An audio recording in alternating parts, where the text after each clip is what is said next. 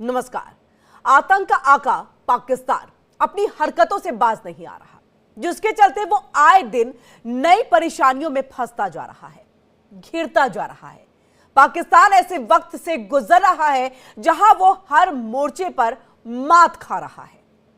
एक तरफ टीटीपी, दूसरी तरफ बलूच लिबरेशन आर्मी के हमलों से पाकिस्तान घायल है, तो वहीं पाकिस्तान ने आईएमएफ की शर्तों के सामने घुटने टेक दिए हैं, जिससे बेरोजगारी फैल गई है। तो अब वो खबर भी सामने आई है जो ये बताती है कि आतंक को पालने वाले पाकिस्तान को एक बार फिर से हिंदुस्तान ने पटखनी दी है, उसे उसकी औकात याद दिला दी है, क्योंकि भारत के विरोध करने पर इंडोनेशिया जैसे मजबूत मुस्लिम देश के राष्ट्रपति ने अपना इस्लामाबाद दौरा रद्द कर दिया है, पाकिस्तान जाने से मना कर दिया है। इंडोनेशिया के राष्ट्रपति प्रबोवो सुबियांतो की अपनी भारत यात्रा के बाद अब वो पाकिस्तान नहीं जाएंगे।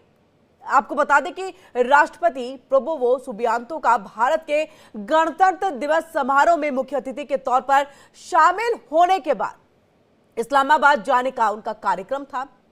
पाक सरकार ने इस संबंध में बयान भी जारी कर दिया था, जिसके बाद भारत सरकार ने सुबियांतो के पाकिस्तान दौरे का विरोध किया, जिसका असर यह हुआ है कि उन्होंने भारत से इस्लामाबाद जाने के बजाय अब मलेशिया जाने का फैसला कर लिया है। यानी एक बार फिर पाकिस्तान को अपनी मुंह की खानी पड़ी है, और जिसका जिम्मेदार वो खुद है। आतंक को पालने वाला पाकिस्तान हर ओर से घिरता हुआ नजर आ रहा है। भारत की विदेश नीति और कूटनीति के सामने पाकिस्तान ने एक बार फिर पस्त नजर आ रहा है। इसी के साथ आपको हम बता दें कि देखिए किस तरह से यहां पर जो भारत ने अपनी मांग रखी इंडोनेशिया के राष्ट्रपति के सामने, उसे यहां पर मान लिया गया है। यानी एक तरह से भारत की ये कूटनीतिक जीत है। चलिए इसी पर हम चर्चा की शुरुआत करते हैं। सभी मेहमान हमारे साथ यहां पर जुड़ चुके हैं। हमारे साथ यहां पर रिटायर्ड मेजर जनरल ए के सिवाज जी है, डिफेंस एक्सपर्ट, वो हमारे साथ जुड़ चुके हैं। Retired air marshal OP Tiwari ji है, डिफेंस एक्सपर्ट है, वो भी हमारे साथ यहां पर जुड़ चुके हैं। आप दोनों का ही बहुत बहुत स्वागत है। सबसे पहले मेजर जनरल ए के सिवाज जी, आपके पास हम आएंगे। भारत की कूटनीतिक जीत माने इसे? इसमें किरण कोई शक नहीं कि भारत की बहुत कूटनीति जीत है। देखो, भारत ने ये अभी नहीं है, पहली बार जब हमने हाफलिंग जो एक प्रकार से जो भी कोई वीआईपी आता है लास्ट अबाउट 10 साल से, उसको बता दिया है कि वो पहले एक फैशन था कि जब भी भारत के पास कोई आता था, स्पेशली यूएस प्रेसिडेंट भी और सऊदी अरेबिया के जो रूलर भी, वो फिर पाकिस्तान जाते थे। मगर इसको हमने बहुत साफ सुथरे शब्दों में बता दिया कि ऐसा नहीं होगा। भारत के लिए अगर आ रहे हैं तो भारत के बाद वो वापस जाएं और या दूसरे देश में जाएं, ना कि पाकिस्तान। इसका मतलब ये बताने की कोशिश किया है कि भारत के साथ पाकिस्तान को आप क्लब नहीं कर सकते, क्योंकि पाकिस्तान का दर्जा भारत के दर्जे के बराबर नहीं है, और ना ही भारत और पाकिस्तान के रिलेशन अच्छे हैं, क्योंकि पाकिस्तान एक आतंकवादी देश है जो टेररिज्म को एक प्रकार बढ़ावा देता है। आतंकवाद के वहां पर ठिकाने हैं, लश्कर ए तौबा जैसे, मोहम्मद जैसे। तो मुझे लगता है चाहे वो बाराक ओबामा हो या आपके सऊदी अरेबिया के जो एक प्रकार से रूलर थे वो हो, या अब इंडोनेशिया के प्रेसिडेंट हैं, इनको ये बात समझ आ गई। इससे एक और चीज होती है किरण, ये दिखलाता आपकी नेशनल पावर कितनी, आपकी कैपेबिलिटी क्या, आपकी इकोनॉमी की पावर कितनी, आपकी मिलिट्री पावर की है, आपका जो लीडर है प्राइम मिनिस्टर मोदी, उनका क्या दर्जा है वर्ल्ड के अंदर। तो ये सच्चाई है कि, और सच्चाई एक और भी है किरण, कि ये एक डिक्लेयर कर दिया था इंडोनेशिया ने बाय एंड लार्ज कि वो पाकिस्तान जाने हैं। पाकिस्तान में बड़ी खुशियां मनाई जा रही थी, पाकिस्तान में इसकी एक प्रकार की तैयारी कर ली गई थी कि 26 जनवरी को ही जो प्रेसिडेंट हैं इंडोनेशिया के, वो पाकिस्तान आएंगे। मुझे लगता है एक बहुत सही स्टेप बिल्कुल मेजर जनरल सिवाज जी, यही मैं अगली तरफ समझना भी आपसे यही चाह रही थी। देखिए, हमने 2024 में ही इन्विटेशन जो है वो दे दिया था, यानी निमंत्रण दिया था, आइए हमारे मेहमान बनिए, भारत के मेहमान बनिए, और यह हम हर बार करते हैं। कोविड के वक्त में जो नहीं हो पाया वो एक अलग विषय रहा, लेकिन ऐसे में देखिए उसका औपचारिक ऐलान नहीं हुआ था। जबकि इंडोनेशिया के राष्ट्रपति की तरफ से, वहां की तरफ से औपचारिक ऐलान था कि हाँ, हम भारत के बाद जो है पाकिस्तान जाने वाले, पाकिस्तान में भी खुशियां हो गई। भारत ने औपचारिक ऐलान नहीं भी किया, फिर भी अपनी नाराजगी जताई और देखिए उस पर कार्रवाई भी हुई और उस पर भारत की बात को मानना पड़ा। भारत ने अपनी ताकत को यहां पर दिखाया है। सिवाज साहब, बिल्कुल, देखो किरण, ये समझना पड़ेगा कि भारत ने एक प्रकार से 2-3 मैसेज भेजे हैं। एक तो आपने बताया कि डिस्प्ले किया है अपनी इकोनॉमी पावर, अपनी मिलिट्री पावर, अपना दर्जा एस्टेब्लिश किया है। आज वर्ल्ड के अंदर 5th लार्जेस्ट इकोनॉमी है और वर्ल्ड में हर कोई समझता है कि आज जो भारत की एक प्रकार से क्या स्थिति है पूरे वर्ल्ड में। और इंडोनेशिया को अगर आप देखें तो उसके साथ भारत के रिलेशनशिप बहुत अच्छे जा रहे हैं। एक तो कल्चरल है, हिस्टोरिकल है, बरमोज मिसाइल लेने की बात कर रहे हैं। जितने भी साउथ ईस्ट एशियन कंट्री हैं जो सार्क के जो एक प्रकार के मेंबर्स हैं इस एशियान के, वो भारत के साथ बहुत अच्छा रिलेशनशिप रखना चाहते हैं। और सच्चाई यह है कि जब से हमने ये साफ सुथरे शब्दों में बताया है कि पाकिस्तान के साथ हमारा कोई लेना देना नहीं है, हमारे साथ उनके रिलेशन नॉर्मल नहीं है और इसकी वजह है जो आतंकवाद पाकिस्तान पैदा करता है।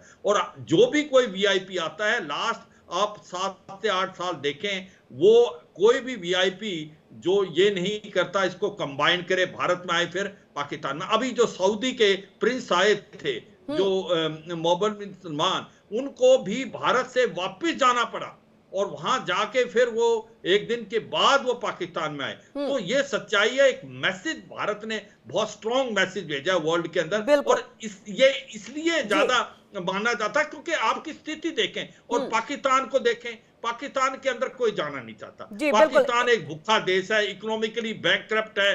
आप जी, एयर मार्शल ओपी तिवारी जी, आपके पास हम आपसे समझना चाहेंगे क्योंकि देखिए हम लगातार बात कर रहे हैं कि ये भारत की कूटनीतिक जीत है। देखिए मेजर जनरल सिवाज जी ने भी इसको रखा कि एक स्ट्रॉन्ग मैसेज हमने देने की जो कोशिश की वो हमने उसको डिलीवर भी किया और कहीं ना कहीं उस पर जो है अब मुहर भी लग गई है। हम आपसे थोड़ा समझना चाहेंगे क्योंकि देखिए इंडोनेशिया के राष्ट्रपति, ये कोई पहला दौरा नहीं, इससे पहले भी 1950 से अगर देखें तो अब तक 3 इसी तरह से दौरे जो है वो भारत में आ चुके हैं और यहाँ पर एक बातचीत जो है इंडोनेशिया और भारत को रिश्तों को मजबूत बनाने को लेकर के हो चुकी है।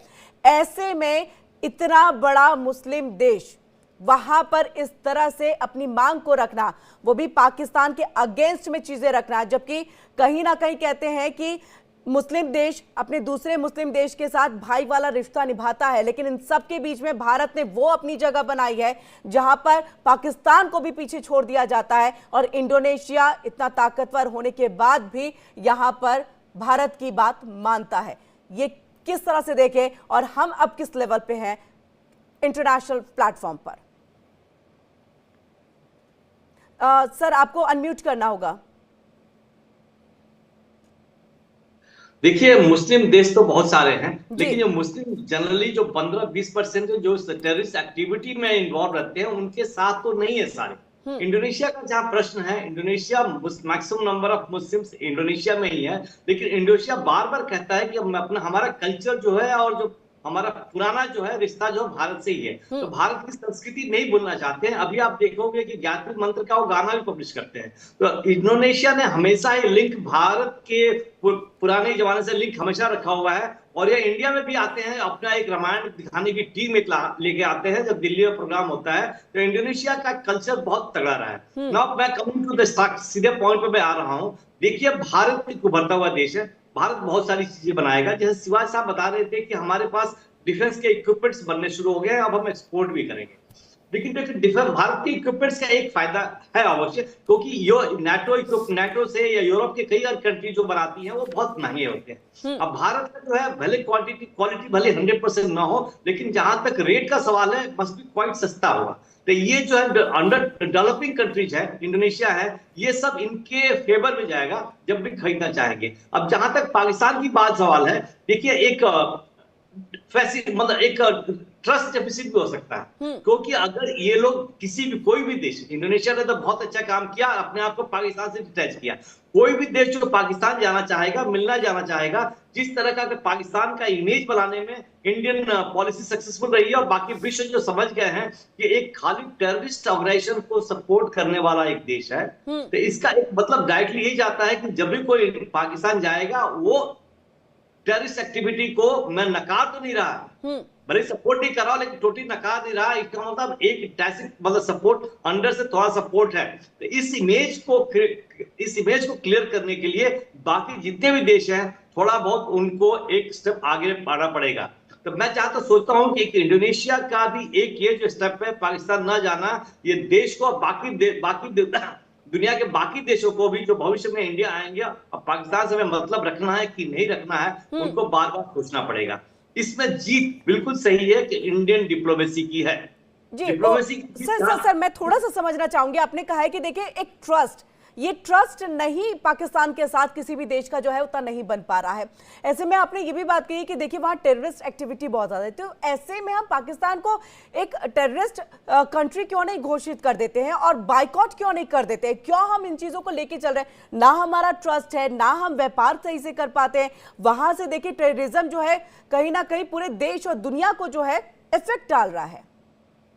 देखिए मैं आपकी बात से पूरा सहमत हूं कि कर देना चाहिए, लेकिन इस कई और भी कारण हो सकते हैं जिसके बारे में हमें जानकारी भले ही ना हो, लेकिन कई देश सामने आने चाहिए, हमें भी ले लेना चाहिए। लेकिन हमारी जो इंटरनल सिचुएशन है, देश की सिचुएशन, उसको ध्यान रखते हुए हो सकता है कि हमारी गवर्नमेंट इस स्टेप में आगे नहीं बढ़ रही हो, लेकिन ये इनडायरेक्टली वैसे एक एटमॉस्फेयर क्रिएट अवश्य कर रही है कि सारे देश का इसकी तरफ सुधार जाए। और जिस तरीके से टेररिस्ट एक्टिविटी इजराइल के पास हुई और कई कंट्री वो सीरिया कर रहे हैं या कर रहे हैं, उन सब की तरह से अगर एक्टिविटी बढ़ती रहेगी तो हो सकता है आप जो सजेस्ट कर रहे हैं ये स्टेप्स आएगा और पाकिस्तान को लोग डिक्लेयर करेंगे और इंडिया ही नहीं पाकिस्तान सभी बायकॉट करेंगे।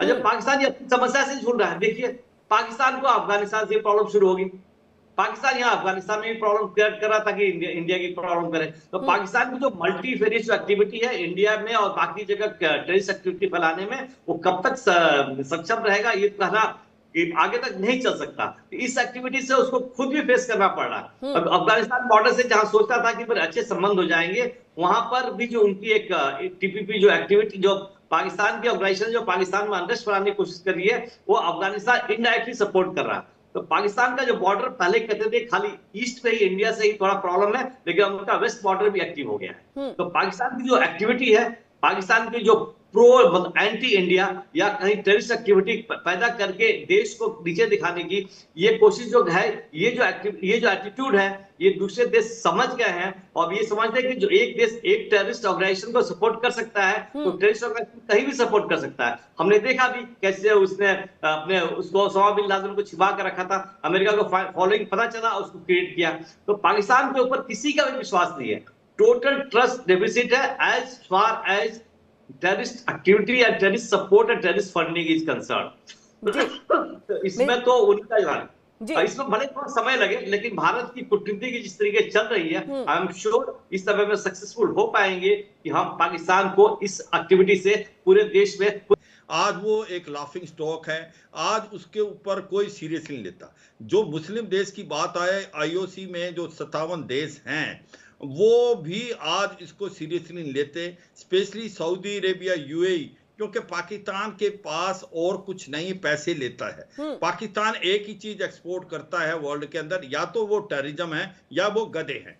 जो अभी 54 लाख के करीब इनके पास जो है गधे पैदा हो गए हैं, जिसको ये चीन की तरफ भेजने की कोशिश कर रहे हैं। सच्चाई ये है कि पाकिस्तान की इकोनॉमी इतनी खराब है कि उसको और प्रॉब्लम ये है कि वो हर एक देश से एक प्रकार से लोन लेने की कोशिश करता है और वो उसको मिल नहीं रहा। वो कटोरा लेके जाता है आईएमएफ से, वर्ल्ड बैंक से, यूरोपियन डेवलपमेंट बैंक से, एशियन डेवलपमेंट बैंक से और सऊदी से, यूएई से, चाइना से और ये बाकी देश। तो इसलिए पाकिस्तान की हैसियत ठीक नहीं। जो देश आतंकवाद का गढ़ हो और जो इकोनॉमिक क्राइसिस से चल रहा हो, पॉलिटिकल इंस्टेबिलिटी से और चारों तरफ से घिरा हुआ आतंकवाद और सिविल वार की तरफ जाने वाला हो, तो कौन सा प्रेसिडेंट उनके पास आना चाहेगा? यह सच्चाई है। ये जो आप कहेंगे फिर ये आ तो रहा था, वो इसलिए आता है, वो थोड़ा सा मुस्लिम कनेक्ट है। मगर आज की तारीख में स्पेशली जो एशियन कंट्री हैं, वो एक इकोनॉमी को महत्व देते हैं। अगर आप देखें जो ये 10 की 10 एशियन कंट्री हैं,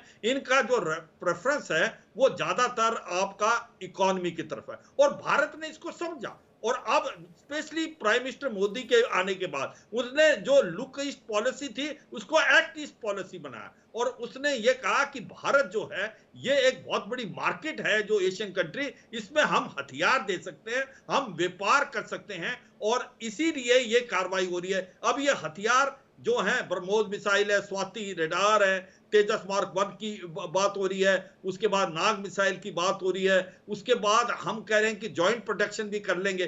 तो ये सच्चाई है, ये देशों ने बड़ा इंटरेस्ट दिखाया है, और बात साथ साथ में हम और वो एक प्रकार से इकोनॉमी के भी जॉइंट कार्रवाई। हम एक बड़ी मार्केट है भारत, जो कि पूरे वर्ल्ड के अंदर लार्जेस्ट पॉपुलेशन है। तो मुझे लगता है ये विन विन सिचुएशन है, ये एशियन कंट्री समझती हैं, और वो ये भी समझते हैं कि हम एक फर्स्ट रिस्पॉन्डर हैं इंडो पैसिफिक में और इंडियन ओशन में, और हम एक सिक्योरिटी नेट सिक्योरिटी प्रोवाइडर है। ये भी बहुत इंपॉर्टेंट चीज अब जो बदलाव आया है इस पूरे के पूरे इस इलाके में। और पाकिस्तान तो आपको पता है उसकी कोई हैसियत नहीं है, मगर मुझे लगता है अब भारत जो उसकी तरफ नहीं नजर आ रहा। भारत देख रहा है कि वो किस प्रकार से 5th लार्जेस्ट से 3rd लार्जेस्ट इकोनॉमी हो, 4th लार्जेस्ट मिलिट्री पावर से वो 3rd लार्जेस्ट मिलिट्री पावर हो, अपनी इकोनॉमी को संभाले और अच्छा करे, और जो दूसरे देश हैं उनके जी